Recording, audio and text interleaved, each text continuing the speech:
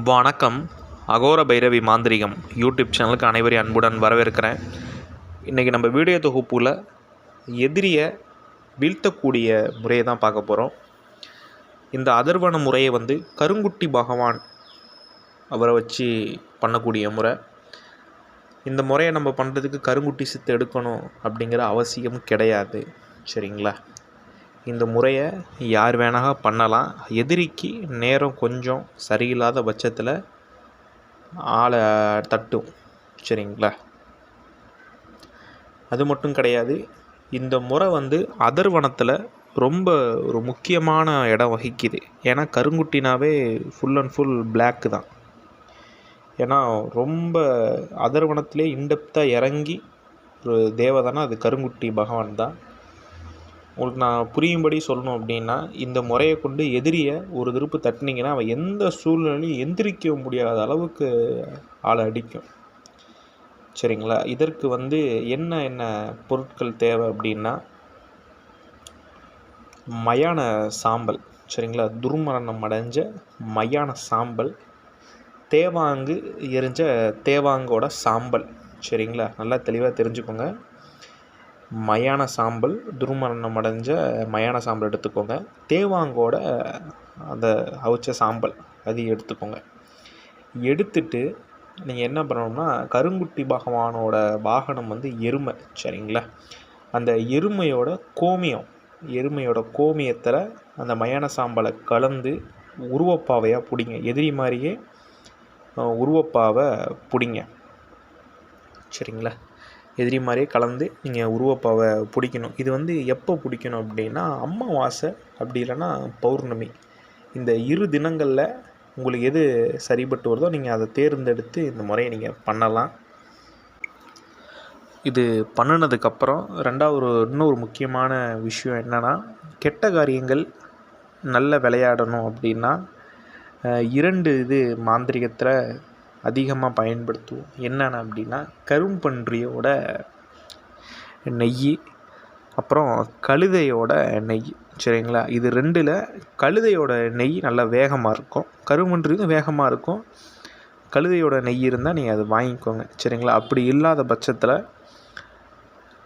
கழுதை படுத்திருக்கும். சரிங்களா? படுத்திருந்தால் ஞாயிற்றுக்கிழமை இரவு வேளையில் கழுதை படுத்திருந்த மணல் இருக்குங்களே, இரவு வேலை அந்த மணல் அது நல்லா கொஞ்சம் உஷ்ணமாக இருக்கும். சரிங்களா? அந்த மணலை எடுத்து சலித்து இந்த பாவையில் சேர்த்திங்கன்னா இன்னும் வேகம் நல்லா இருக்கும். சரிங்களா?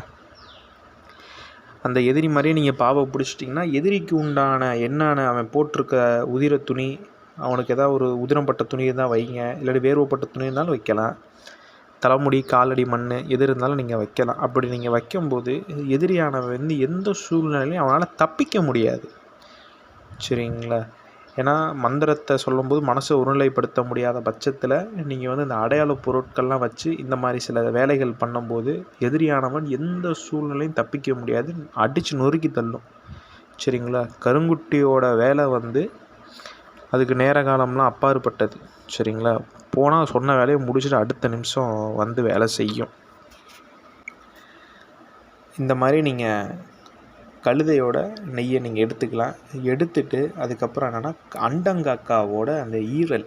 சரிங்களா? அப்படி இல்லைன்னா அண்டங்காக்காவோட ரத்தம், அந்த கழுதையோட அந்த கழுதையோட வெண்ணையும் அந்த அண்டங்காக்காவோட ரத்தையும் கலந்து முள்ளம்பன்றி இதால் நனைச்சி எதிரியோட உடம்புல நீங்கள் குத்தலாம். சரிங்களா? அப்படி எதிரியோட உடம்புல நீங்கள் குத்த என்ன ஆகும்னா, உனக்கு நேரம் சரியில்லைன்னா எதிரிக்கு ரொம்ப கொடுமையை அனுபவித்து இறப்பான். உங்களுக்கு புரியும்படி சொல்லணும்னா, திடீர்னு விபத்து உண்டாகும், உடம்புல ஏதாவது குஷ்ண வியாதி வரும், பரதேசி மாதிரி ரோட்டில் திரிவான். சரிங்களா? இந்த முறைன்னு பண்ண உங்களாலேயே யூகிக்க முடியாது அவனுக்கு என்ன மாதிரி அங்கே இது ஆகுதுன்ட்டு. நீங்கள் நினைக்கிறத விட ஒரு படி மேலே அவனுக்கு இதாகும். இது சும்மா எந்த வித மந்திர உருவெலாம் கொடுக்கணுன்னு அவசியம் கிடையாது. அப்படி இந்த முள்ளம்பன்றி முள் கிடைக்காத பட்சத்தில் நீங்கள் எளிமையாக என்ன பண்ணணும் அப்படின்னா, துருப்பிடிச்ச ஆணியை நீங்கள் பயன்படுத்தலாம். சரிங்களா? நீங்கள் துருப்பிடிச்ச ஆணியை நீங்கள் பயன்படுத்தும் போது இன்னும் நல்லா ரிசல்ட்டு நல்லா தெரியும்.